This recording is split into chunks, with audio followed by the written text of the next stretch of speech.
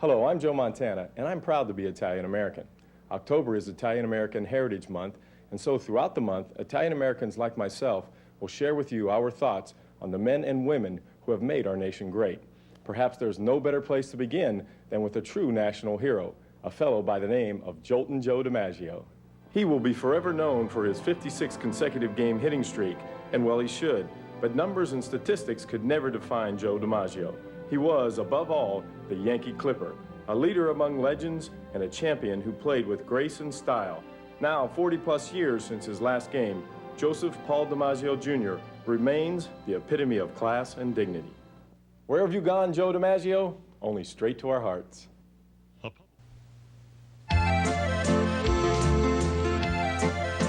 Una bella voce, siamo una bella voce. Gente dalle anni, una bella voce, siamo una bella voce. Gente dalle anni, lavoriamo, mangiamo, beviamo, cantiamo, balliamo, festeggiamo insieme. Una bella voce, siamo una bella voce.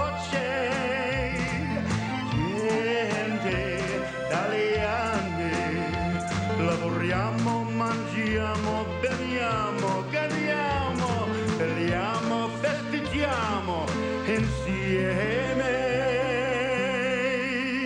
Una bella voce, siamo una bella voce. Gente dalle anni.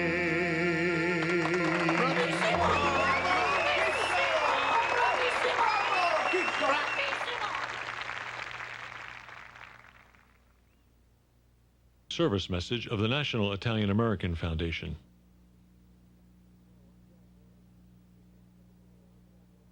Hello, I'm Jack Valenti. I'm the chairman of the Motion Picture Association, and I'm very proud of my Italian blood. I'd like to take just a brief moment to tell you about one of the greatest film directors of all time, an Italian-American by the name of Frank Capra.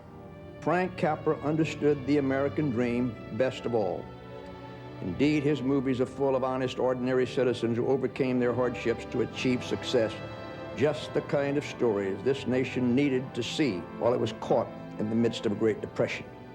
Winner of 3 Academy Awards for Best Director, Frank Capra is known today for a movie which didn't have any acclaim when it first came out.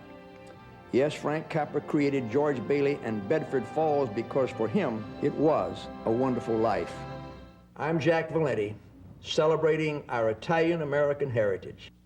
Geraldine Ferraro, and I'm very proud to be Italian-American.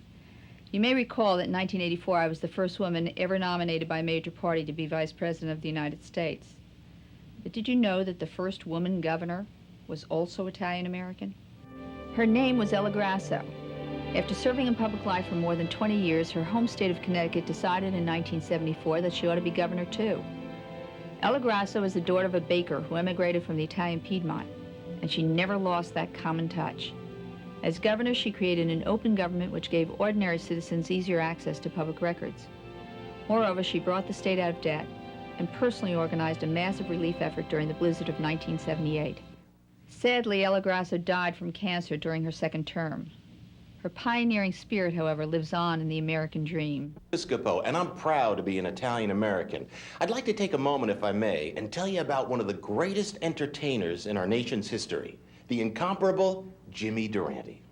Jimmy Durante started out as a ragtime piano player and in no time was the comedy hit of New York, along with partners Lou Clayton and Eddie Jackson. Jimmy Durante could do it all. In the 40s, his program was a Friday night fixture on the radio. He wrote hit songs with such zany titles as Inca Dinka Do and Umbriago. He was a star in Hollywood and even won an Emmy for his work on television. Jimmy Durante was known, of course, as the Schnozzle, but the size of his nose could never compare to the amount of love and warmth in his heart. As Jimmy would say, good night, folks, and good night, Mrs. Calabash, wherever you are. I'm Joe Piscopo. Hi, everybody, I'm Regis Philbin, and I'm proud to be an Italian-American. I'd like to take a moment to tell you about another Italian-American, the great Charles Atlas. He was born Angelo Siciliano in 1893. And growing up, he was more interested in muscles than any kid who ever lived. Indeed, Charles Atlas would spend his life's work turning 97-pound weaklings into strong men the world over. Millions wanted to be just like him, and so they subscribed to his bodybuilding system called dynamic tension. But Charles Atlas was more than just the world's most beautiful man. He was a successful model, celebrity, and family man. In all, he was ours in health, strength, and manhood. I'm Regis Philbin, celebrating our Italian-American heritage. A public service message of the National Italian-American Foundation.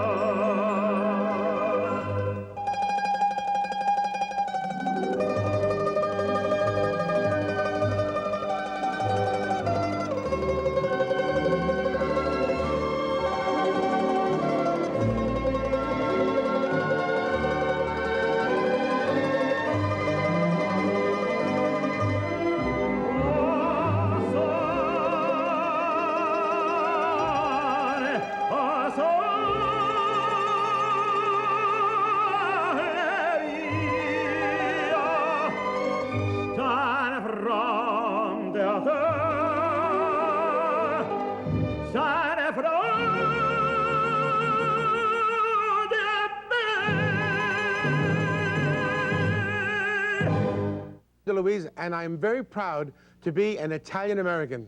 Rudolph Valentino was also an Italian-American. Can I tell you something about him? He started out as a dancer in New York cabarets. In the film, The Four Horsemen of the Apocalypse, his dynamic tango scene dazzled the film world. And he became an overnight sensation, one of the first movie stars to become a sex symbol. As Valentino's eyes swelled, the nation swooned. Women loved him. They loved his boyish charm, his Latin looks, and his bohemian style. But more importantly than that, Rudolph Valentino ushered in the acceptance of the Italian-American actor. Rudolph Valentino tragically died in 1926 at age 31. His legend, 70 years later, still lives on. Bravo, president of Saks Fifth Avenue. As the daughter of Italian-born parents, I take great pride in my heritage and in the accomplishments Italian-Americans have achieved in this country. Did you know that an Italian-American woman was the first U.S. citizen to be canonized a saint? Her name is Mother Frances Xavier Cabrini. She came to America in 1889 to help improve the life of the poor, especially that of the growing urban immigrant communities. Mother Cabrini opened her first hospital in New York in 1892, naming it Columbus Hospital in honor of the 400th anniversary of Columbus founding the New World. From there, she went on to organize 7 more hospitals, 28 orphanages, 14 colleges, and 98 schools. Mother Cabrini was officially named a saint in 1946, a tribute to her life of love and service. Biondi, and I'm proud to be Italian American. Proud because Americans of Italian descent have been contributing to our nation's success for over 500 years. Did you know that the father of the telephone was an Italian American? His name was Antonio Meucci, and in 1849, Meucci discovered that the human voice could be transmitted over a copper wire charged with electricity. He would spend the next 2 decades perfecting models of his telephone invention. For a time, the great Italian general Giuseppe Garibaldi even came to stay at Meucci's Staten Island home. Finally, in 1871, Antonio Meucci filed a preliminary patent for the telephone, 5 years before Alexander Graham Bell. I'm Frank Biondi, celebrating our Italian-American heritage. A columnist for the New York Daily News and a proud Italian-American. Proud because Americans of Italian descent have been contributing to our nation's success for more than 500 years. Did you know that one of the most fearless cowboys in the Old West was an Italian-American? He went by the name of Charles Angelo Saringo, a happy-go-lucky Texas cowboy who was also tough as leather. Among his many exploits for Pinkerton's National Detective Agency, he relentlessly pursued Butch Cassidy and his hole-in-the-wall gang. But more importantly, Charles Saringo wrote his experiences down. And with a natural and amusing style, his best-selling memoirs gave the nation a truthful account of life out west, especially the life of a cowboy detective. And now you know the legend of Charles Saringo. I'm Leo Buscaglia, and I'm proud to be an Italian-American. I'd like to take a moment to share with you the genius of Arturo Toscanini. He is one of the greatest orchestra conductors who ever lived. Born in Parma, Italy in 1867, Arturo Toscanini helped usher in a golden age of Milan's La Scala and New York's Metropolitan Opera Company. He conducted with dominating power and poetic artistry, and it was in his absolute attention to detail that his true magnificence blossomed. So, in celebrating our Italian-American heritage, remember the great Maestro Toscanini. Jerry Colangelo, owner of the Phoenix Suns basketball team and the new Arizona Diamondbacks baseball team. I'm also very proud to be Italian-American, proud of the many contributions Italian-Americans have made to the world of sports. From Mario to Yogi to Fast Eddie, Brian B., Jimmy V., Louis C., and Ali's Dundee. Just ask Jolton Joe and then you'll know. The magic of Mosconi and the miracle of Erruzione, the speed of Biondi and the grace of Fratiani. Yes, I believe in Franco, Retton, Intagliabue, Marino, Paterno, the Scooter too, the Packer Sweep, the Scholar Bart, the Comeback Kid, the Blockbuster, all heart. Hail them, champions once, legends forever. I'm Dr. Aileen Riato-Siri, and I'm proud to serve as a board member of the National Italian-American Foundation. I'd like to take a moment to tell you about an extraordinary Italian-American, Dr. Rose Basili Green. Professor, poet, scholar, humanitarian, Rose Basili Green is a true Renaissance woman. An expert in the field of American literature, she has continually used the written word to honor her heritage.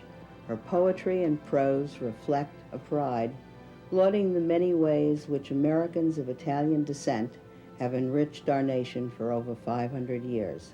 And with an unmatched energy and dedication, she reminds us all that creating, teaching, and giving are lifelong endeavors. I'm Dr. Aileen Riato-Siri, celebrating our Italian-American heritage. A public service message of the National Italian American Foundation.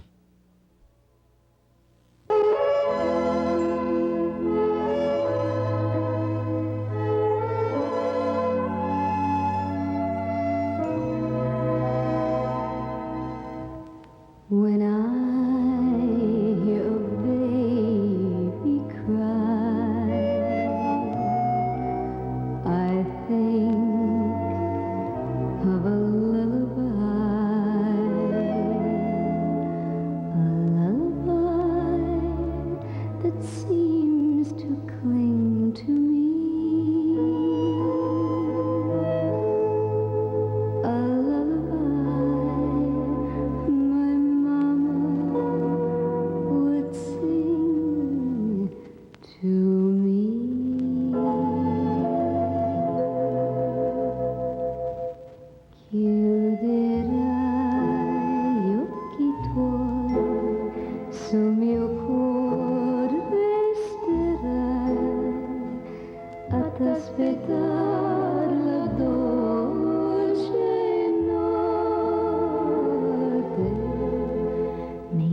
mentre tu dormirai, mentre tu sognerai,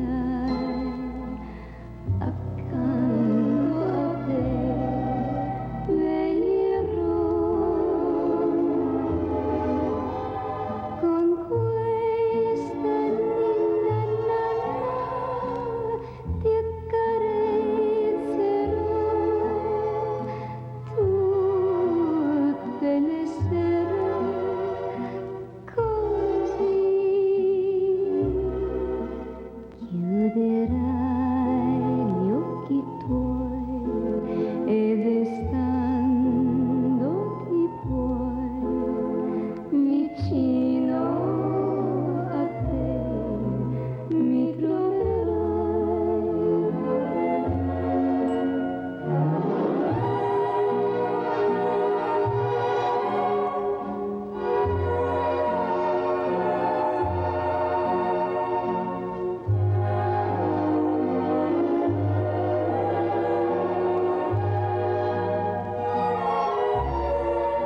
Though I'm grown up today, in my heart it will stay, that lullaby that's so dear to me,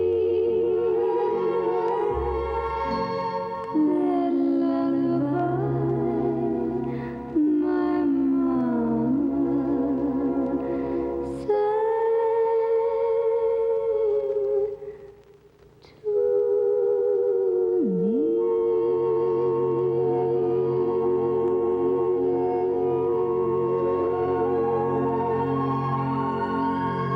Mario Cuomo.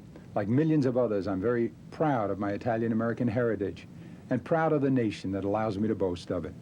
You know, New York City is thought of as the city of dreams and dreamers, and one of the greatest of those dreamers was Fiorello Laguardia. In his youth, he worked as an interpreter at Ellis Island, and in 1933, Fiorello LaGuardia was elected mayor of the city of New York. In an unprecedented 3 terms as mayor, he made the city a livelier, freer place. Despite the Depression, LaGuardia began New York's modernization, with slum clearance and dramatically improved health and sanitary conditions. Perhaps even more significantly, he introduced to the city the notion that it should think of itself as one family. And he did it by playing the role of Papa, rushing to a fire, reading the comics over the radio, helping the city bloom, like his nickname, the Little Flower. So don't forget one of our great dreamers and doers, Fiorello Laguardia. Rigo Buto, and I'm proud to be an Italian American. I'd like to take a moment to tell you about one of our nation's greatest comedians, Lou Costello. He was born Louis Francis Cristillo, the son of an Italian immigrant father, and he would go on to ask that most famous question in the American lexicon. "Who's on first?" Lou would scream, and the nation roared with laughter. Lou Costello met his partner Bud Abbott in 1937 when both were working in vaudeville. The team got its big break on the Kate Smith radio show, and by 1941, Bud and Lou had their own program. They would go on to make 30 zany films together, but wherever they went, everybody wanted to hear about baseball. By the way, Lou, who is playing first, what's on second, and I don't know who's playing third? Hello, I'm Frank Carlucci, a former Secretary of Defense and a proud Italian American. Did you know that Italian Americans made up the largest ethnic group fighting for our side in World War II?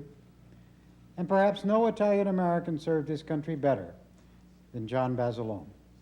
General Douglas MacArthur referred to John Basilone as a one-man army, and he was just that, too. Basilone received the Congressional Medal of Honor for his extraordinary actions at the Battle of Guadalcanal. He returned home a national hero and helped raise $1.5 million in treasury bonds in just 10 days. Basilone volunteered to go back into combat, and on the shores of Iwo Jima, he single-handedly destroyed an enemy blockhouse before being fatally wounded. For his bravery, he was posthumously awarded the Navy Cross, the highest medal given by the Marine Corps. John Basilone, indeed a true American hero. I'm Debbie Gibson, and I'm proud to be an Italian American. I'd like to take a moment to tell you about one of our nation's great composers, an Italian American by the name of Henry Mancini. He created the music for many of our favorite movies and television shows. Winner of 4 Academy Awards and 20 Grammys, the genius of Henry Mancini lay in his ability to perfectly match his music with the images on the screen. Yes, he knew exactly how a Pink Panther pranced and how to drape Audrey Hepburn so beautifully with Moon River. Henry Mancini was proud to be an Italian American, and ours was a much better world because of him. I'm Debbie Gibson, celebrating our Italian American heritage. Hello, I'm Fred Travellina, and I'm proud to be an Italian American. Proud because Americans of Italian descent have been contributing to our nation's success for more than 500 years. Did you know that an Italian American signed the Declaration of Independence? His name was Caesar Rodney, and during his lifetime, he served in nearly every official capacity for the great state of Delaware. He was even a major general during the Revolutionary War. Rodney is best remembered, however, for his courageous ride to Philadelphia in July of 1776. Though sick with cancer and detained by thunder and rain, Caesar Rodney arrived just in time to vote for independence. Serving our nation and making it great. For me, that's what being an Italian American is all about. Hello, I'm Marianne Esposito, host of Ciao Italia, seen on PBS, and proud to be an Italian American.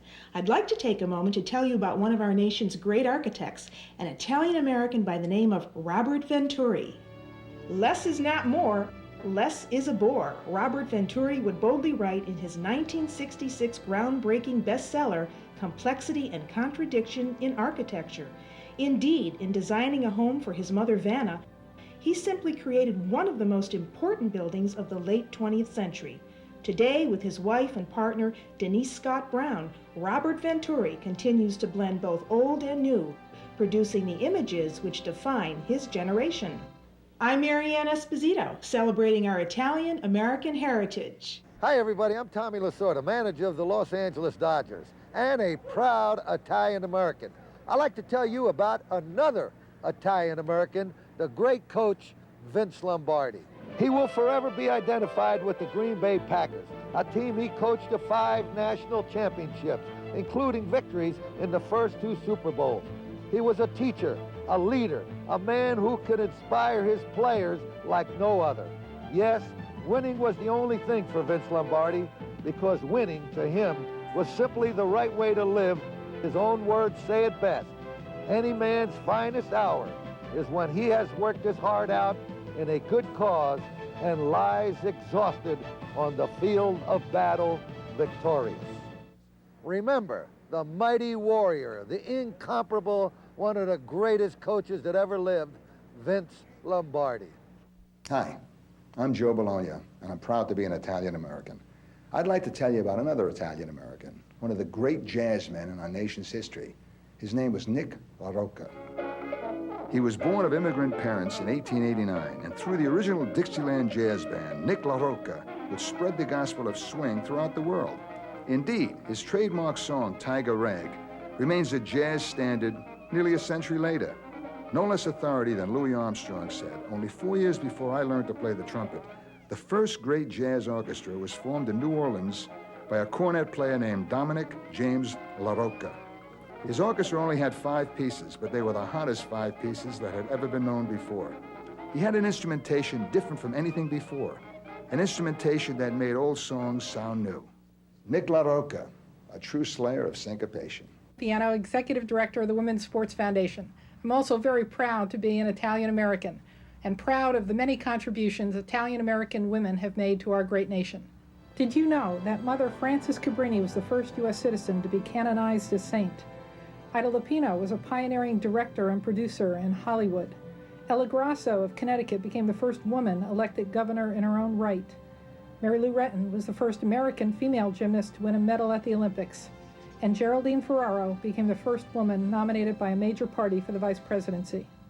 I'm Donna Lopiano, celebrating our Italian-American heritage. Joe Califano, former U.S. Secretary of Health, Education, and Welfare, and a proud Italian-American. I'd like to take a moment to tell you about one of our nation's great scientists, Salvador Luria. Salvador Luria was a seminal force in molecular biology for more than 30 years. But above all, he was a humanist.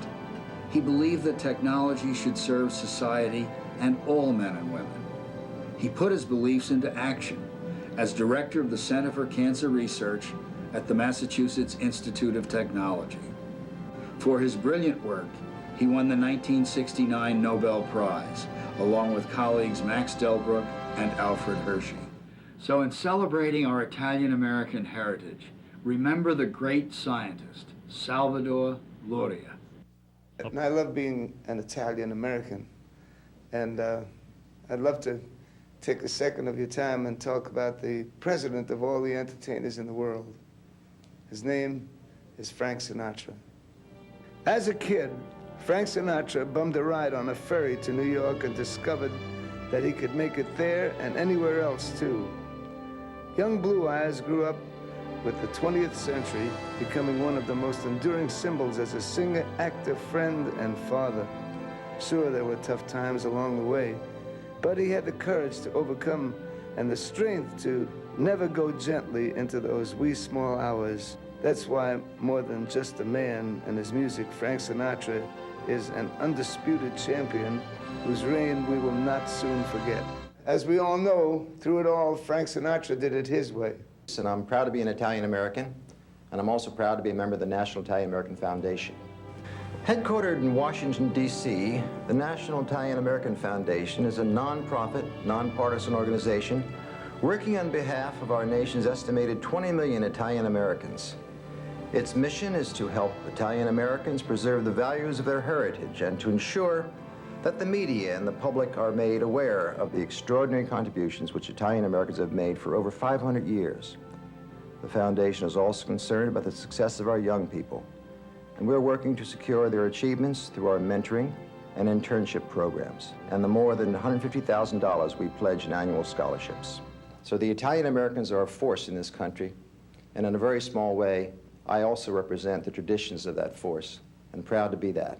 Thank you. And I'm proud to be an Italian-American. Hi, my name is Geraldine Ferraro, and I'm very proud to be Italian-American. Hello, I'm Joe Montana, and I'm proud to be Italian-American. Hi, I'm Debbie Gibson, and I'm proud to be an Italian-American. Hello, I'm Fred Travellina, and I'm proud to be an Italian-American.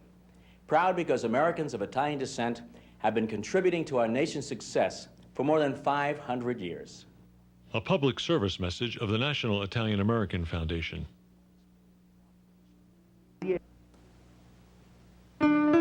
Grazie a tutti. Io sono Tito Valentino e questa è Casa e Cucina. Everyone, thank you for tuning in today and thank you very much for watching. We're on every week. So until next time, ciao, arrivederci, ci vediamo, addio. Ciao, arrivederci, ci vediamo. Il programma è finito, tanti auguri a tutte voi. Ci vediamo presto nel prossimo programma, sì, è vero. Addio a tutti, ciao, arrivederci, ci vediamo.